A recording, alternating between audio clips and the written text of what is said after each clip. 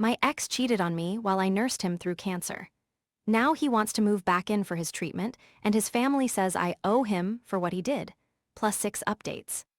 Would I be the asshole for not having my cancer-stricken ex-husband stay with me through his treatment?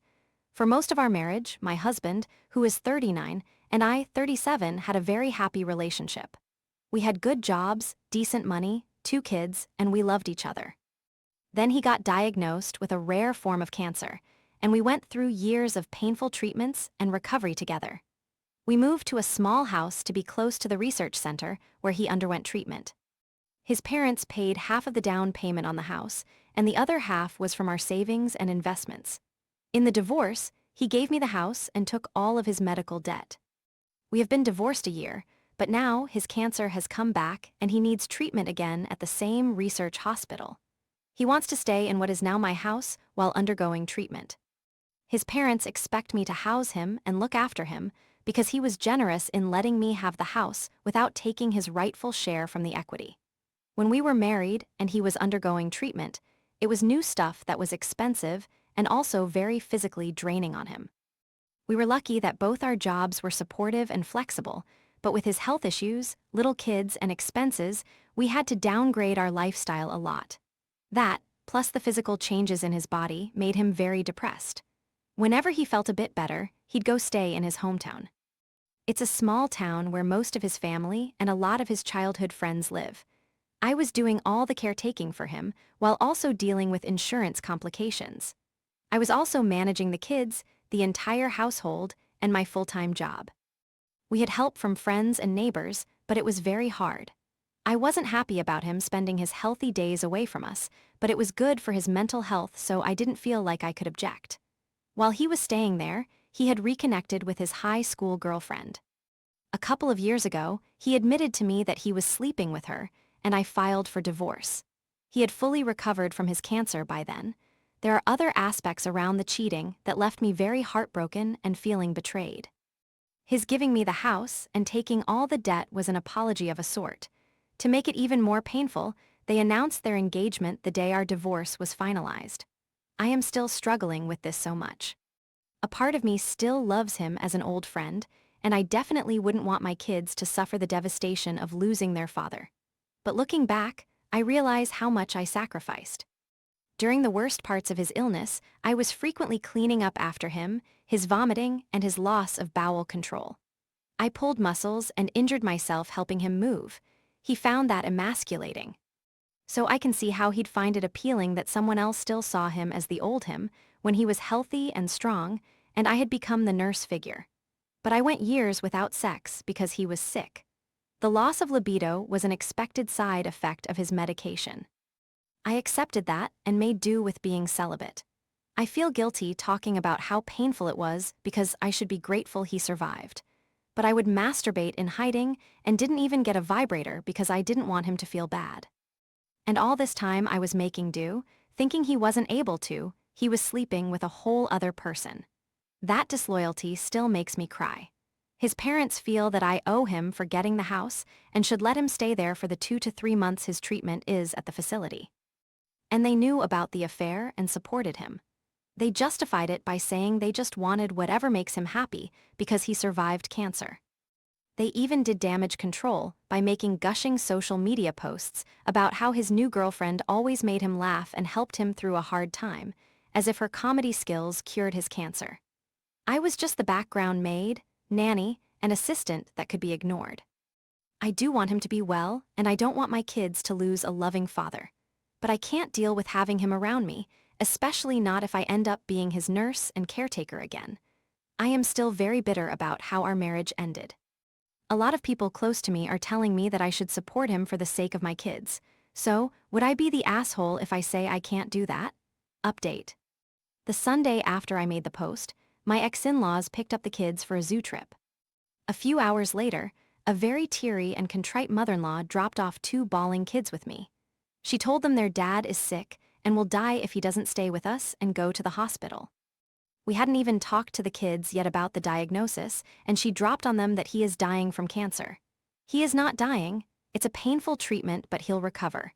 I was so furious I was raging. I called my ex and tore him a new one. He was shocked too, and we both exploded at his mom. She broke down and cried, begging me not to take away her grandkids from her, as if I'd trust her after this. My ex and I together talked to the kids and assured them that yes, he is sick, but he'll be fine. He just needs to go to the hospital and they'll make him better like last time. The kids settled after that, but my oldest has been at me crying and begging to make Dad come live with us. I promised them I'd talk to Dad and figure out what's the best thing to do. I swallowed a lot of bile to talk to him about why he was doing this. The bottom line is that he's broke. He has a lot of debt, and he stupidly got the cheapest insurance that barely covers anything. His fiancée is no help either. She's worse off financially. He needed a place to stay because he couldn't afford it otherwise. So, my ex and his girlfriend moved into my daughter's room. My daughter happily gave it up to her dad and is now sharing her little brother's room. Both kids are over the moon happy to have their dad in their home. My daughter keeps checking on him every few minutes to make sure he's still okay. My mother-in-law traumatized my kid, and I'll never forgive her for this. I let the girlfriend move in because I was too angry to care who looked after him, as long as it wasn't me. It appears to be more misery for her than for me, and that strangely makes it more tolerable. She is teary-eyed and crying all the time. It's only been 3 days, but I am so annoyed I want to shake her and tell her to pull it together. His treatment is coming along nicely, and he's not having as many bad symptoms as last time. I had promised myself I would do nothing to help, but I did end up helping him deal with insurance. His fiancée has the personality of a wet noodle, and it was just easier for me to do it than deal with her struggling. My ex is polite, but his personality has changed. He is a different person and not very nice towards his fiancée. I didn't expect to, but I feel sorry for her. I've been pretending to have plans and getting dressed up to go out just to feel good about myself. It's been very petty of me, but I have to admit that seeing they are not doing well has been somewhat mollifying for me emotionally. Update. My ex and his fiancée moved out today. His treatments went very well this time around. He'll need monthly shots for a while, and I agreed to house him for a weekend next month, but after that, he's on his own. The stay went well, with no real drama. I kept myself and the kids busy, and we traveled a lot. They both managed the rest of the stuff all right. My kids are happy and back to their normal selves. I had a talk with my daughter about how grandma exaggerated things to get her way and that it's not okay, and she understood. She has shown no interest in visiting her grandparents, and I am happy about that. The last week of his stay, his fiancée went back to their town. He and I had a few long, detailed conversations. They were cathartic in some ways and saddening and maddening in others. I think I got some closure. At least I am not feeling the bitterness the way I used to. On another positive note, all that dressing up and going out I've been doing has worked out for me. I met someone. We've been on 2 dates and it's going great so far. This is my first time dating since the divorce, so I am keeping my expectations muted, but it is very exciting and fun. Update. I tried writing about our conversations, but the process of thinking about it is very depressing. I can now have a more grounded take on my ex's views. To start with, he was again very apologetic about what he put me through and said I deserved better. During his treatment when we were married, I was always so careful with his feelings. Even when he told me about his affair, I still treated him with kid gloves. But this time, I got to properly express my hurt and anger at him, and that was very, very cathartic. He took it okay for the most part, but also got defensive. He told me how he and his girlfriend got together. She was his high school girlfriend and came from an abusive background. When he was recovering, he reconnected with her as she was trying to leave another abusive relationship. It was like their high school days where she was in trouble, and he was the knight in shining armor. I guess that can be very attractive to someone who's been facing their own mortality. While I was waiting on him hand and foot, he had enough energy to do all the legwork for this other woman and was spending quite a bit to help her. That's where his being broke comes from. She was in financial trouble, and he solved all her problems. He's quite proud of how much he helped her. He doesn't agree that he took something away from our family by putting his energy elsewhere. His response was that he did me a favor by spending time in his town because that lessened the burden on me. And it's true, when he went away, life got easier. But if he had that kind of energy, he could have helped me. But he says I was always stressed out and upset, and my attitude was a drain on him. He brought up examples of me being pushy and difficult. He wasn't making it up. I have my faults, but I did work hard and tried my best. I didn't realize that my help and support wasn't good enough for him. I didn't make him feel good. I just did the hard work. I think he resents me because he feels he owes me. He likes his girlfriend because she owes him and is dependent on him. Update. I introduced my boyfriend to my kids this past weekend. I gave my ex a heads up that I am dating and will be introducing the guy to our kids. He went very quiet on the phone, then asked for details. He tried to dissuade me, saying it's too soon and not healthy for the kids. As if I got a choice when he brought his girlfriend into my kids' lives. Last night, he called me back to discuss my boyfriend. Apparently, he looked into him. Since there's not much to criticize, he asked me if I am with my boyfriend for money. To say I was furious is an understatement. I retorted that no, I am not with him for his money. I am with him because my ex-husband dumped me after exploiting me.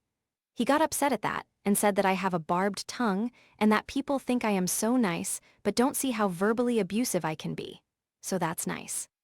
After all I've done for him, he has no problem being cruel to me again and again. Update. Things have been calm, so there are no dramatic updates. My current relationship is going well. We are working on building our blended family. My 2 kids and his son get along really well.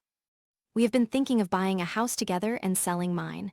I am both excited and nervous about doing that. My ex didn't act up after that last argument. He's been more aloof than before, but that's preferable, so I don't care. Update. My boyfriend and I bought a new place together. I've sold the house, and I am rather relieved to leave that place. There were too many bad memories there, and the emotional baggage of my ex-in-laws thinking they still had a claim on it. My kids love the new place. It's bigger, with a bigger yard and nicer schools.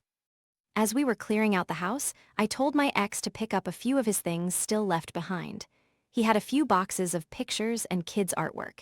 He came to get them and ended up full-on crying over the memories. We didn't talk. I just gave him water and left him alone to calm down.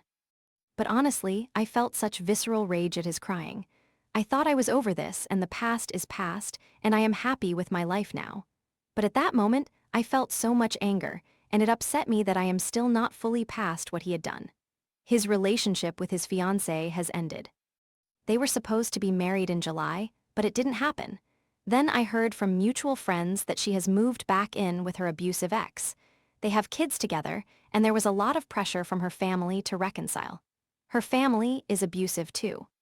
So she stayed with my ex while he was digging her out of her financial crisis, and now that she's in the clear, she goes back to the guy who put her in that hole. In a way, my ex helped some deadbeat out there save a lot of money. In that part, I feel angry on my ex's behalf. I mean, I hate him for my own reasons, but he did try to help his old friend and high school sweetheart, and she screwed him over.